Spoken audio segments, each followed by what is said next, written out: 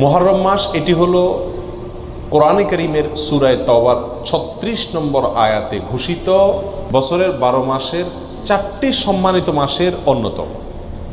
আল্লাহ সুবহানাহু ওয়া তাআলা কোরআনে কারীমে সূরা তাওবার ৩৬ নম্বর আয়াতে ইরশাদ করেছেন, মিনহা আরবাআতুন হুরুম, বছরের যে ১২টি মাস আছে তার মধ্য থেকে ৪টি মাস হলো সম্মানিত মাস, বিশেষ মর্যাদাপূর্ণ মাস। সেই ৪টি মর্যাদাপূর্ণ মাসের ব্যাখ্যা, তার বিশ্লেষণ দিতে গিয়ে সহিহ বুখারীতে আবু বকর রাদিয়াল্লাহু তাআলা আনহু বর্ণিত হাদিসে নবী সাল্লাল্লাহু আলাইহি সাল্লাম ইরশাদ করেছেন, সালাসুন মুতাওয়ালিয়াত, ৩টি হলো ধারাবাহিক মাস। বছরের যে 4টি সম্মানিত মাস আছে সেই সম্মানিত 4 মাসের মধ্যে 3 মাস হলো ধারাবাহিক, একটার পর একটা। সেই ধারাবাহিক 3টি মাসের শেষ মাস হলো এই মুহররম। সম্মানিত মাসের অপর মাসটি হলো রজব, আল্লাযী বাইনা জুমাদা ওয়া শাবান, রজব মুদার আল্লাযী বাইনা জুমাদা ওয়া শাবান, অর্থাৎ রমজান মাসের আগের মাস, জুমাদা সানি এবং শাবান মাসের মধ্যবর্তী যে মাসটা রজব মাস, সেটাও সম্মানিত 4 মাসের চতুর্থ মাস। প্রিয় ভাইরা, আমরা প্রায় সময় বলে থাকি যে আল্লাহ সুবহানাহু ওয়া তাআলা বছরের 12টি মাসের মধ্যে 4টি মাসকে সম্মানিত ঘোষণা দিয়েছেন, মর্যাদাপূর্ণ মাস বলে ঘোষণা দিয়েছেন।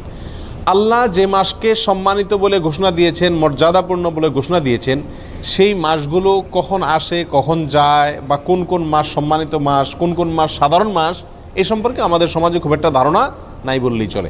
আমরা এখানে যারা আছি আমরাও বেশিরভাগ লোক জানি না কোনটা সম্মানিত মাস আর কোনটা সাধারণ মাস, ঠিক না ভাই? ঠিক। অথচ কোরআনে কারীমে আল্লাহ সুবহানাহু ওয়া তাআলা এই সম্মানিত মাস সম্পর্কে বেশ কয়েকটি আয়াতে বিস্তারিত বিবরণ উল্লেখ করেছেন। নবী সাল্লাল্লাহু আলাইহি সাল্লাম একাধিক হাদিসে এ বিষয়ে আলোচনা করেছেন। তাহলে একজন মুমিন হিসাবে আমাদের জন্য এই সম্মানিত 4 মাস সম্পর্কে ধারণা রাখা জরুরি নাকি জরুরি না? প্রিয় ভাইরা, 2টি মাস চলে গেছে, এগুলো সম্মানিত মাস ছিল, কিন্তু আমরা কয়জন মানুষ এই মাসগুলো অতিবাহিত করার সময় মনে পড়েছে যে এটি একটি সম্মানিত মাস যাচ্ছে? কয়জন মানুষ এমন আছে? হাতে গুনে পাওয়া কঠিন হয়ে যাবে, ঠিক না ঠিক? প্রিয় ভাইরা, অতএব যে মাসটি এখন চলছে মুহররম মাস, এই মাসটিতে অন্তত আমরা এই কথা বারবার চিন্তায় আনার চেষ্টা করি, মাথায় আনার চেষ্টা করি, মনে করার চেষ্টা করি যে যেই মাসটি শুরু হয়েছে 30 দিন পর্যন্ত এই মাসটি আল্লাহ সুবহানাহু ওয়া তাআলা 4টি মাসকে বিশেষ সম্মানিত মাস বলেছেন, তার ভিতরে অন্যতম সেরা সম্মানিত মাস এটি। মুহররম শব্দের অর্থই হলো সম্মানিত। মুহররম শব্দের অর্থ কি? সম্মানিত।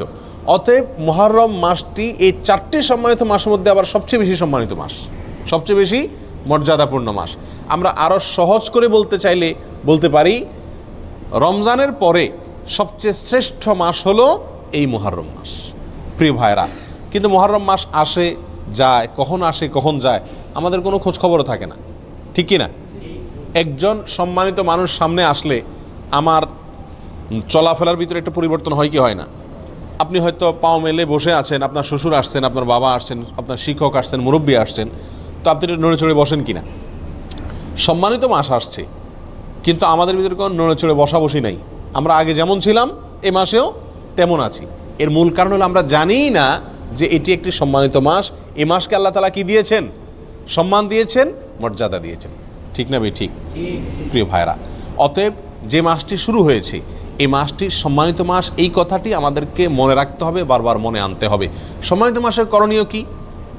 সবচেয়ে বড় কথা হলো সম্মানিত মাসের সম্মান দেওয়া। সম্মানিত মাসের কি দেওয়া? সম্মানী মানুষকে যেরকম সম্মান দিতে হয়, আল্লাহ যেহেতু এই মাসকে সম্মানিত ঘোষণা করে দিয়েছেন, অতএব এই মাসকে সম্মান দেওয়া। এই মাসকে সম্মান আমরা কিভাবে দেব? নেক কাজ, ভালো কাজ, 5 ওয়াক্ত সালাত ইত্যাদি, এগুলোকে সময় মতো আদায় করব। অন্য মাসে যদি একটু গাফলতি করি, এই মাসে গাফলতি করব না। এই কথা মাথায় রেখে যে এটা সাধারণ মাস না, এটা কি মাস? সম্মানিত মাস। যারা সবসময় বিড়ি সিগারেট খায় এরা কিন্তু শ্বশুরের সামনে খায় না, ঠিক কি না?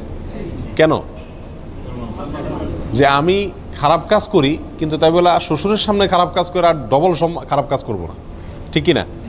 অতএব একজন মুমিন একটি সম্মানিত মাস, একটি মর্যাদাপূর্ণ মাস যখন অতিবাহিত করবেন, তিনি তখন অন্য সময় যে গুনাহের কাজগুলো করেন এই মাসে সেই গুনাহের কাজগুলো করতে ভাববেন যে এই মাসকে আল্লাহ সম্মান দিয়েছেন, আল্লাহর দেওয়া সম্মানকে আমার রক্ষা করতে হবে। বিধায় গুনাহ করা যাবে না। আল্লাহ কোরআনে বলছেন ফালা তাজলিমু ফিহিন্না আনফুসাকুম, তোমরা সম্মানিত মাসসমূহে নিজেদের প্রতি কি করো না, অবিচার করো না। বিভিন্ন তাফসীরের কিতাবে উলামা ইকরাম লিখেছেন যে এখানে অবিচার করা বলতে আল্লাহ সুবহানাহু ওয়া তাআলা গুনাহের কথা বুঝিয়েছেন, অর্থাৎ এই সম্মানিত মাসসমূহে নিজের প্রতি নিজে অবিচার করো না, পাপাচার করে গুনাহের কাজ করে। অন্য সময়ও গুনাহ করা নিষেধ, কিন্তু সম্মানিত মাসে গুনাহ করার নিষেধাজ্ঞার মাত্রাটা আরও বেশি, গুরুত্বটা বেশি। প্রিয় ভাইরা, অতএব এই মাসে অন্তত মাঝে মধ্যে মনে করব, স্মরণ করার চেষ্টা করব যে এটি একটা কি মাস যাচ্ছে, সম্মানিত মাস যাচ্ছে। আর সম্মানিত 4টি মাস মুখস্থ করে নিব, জিলকদ, জিলহজ, মুহররম, আর 4 নম্বর হলো রজব, রমজান মাসের আগের মাস।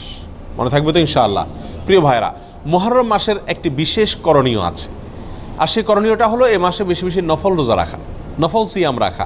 নবী সাল্লাল্লাহু আলাইহি সাল্লাম সহিহ মুসলিমের হাদিসে আসছে, তিনি ইরশাদ করেছেন আফদালুস সিয়ামি বা'দা রমাদান শাহরুল্লাহিল মুহাররম, রমজানের পরে সবচেয়ে উত্তম রোজা হলো আল্লাহর মাস মুহররম মাসের রোজা।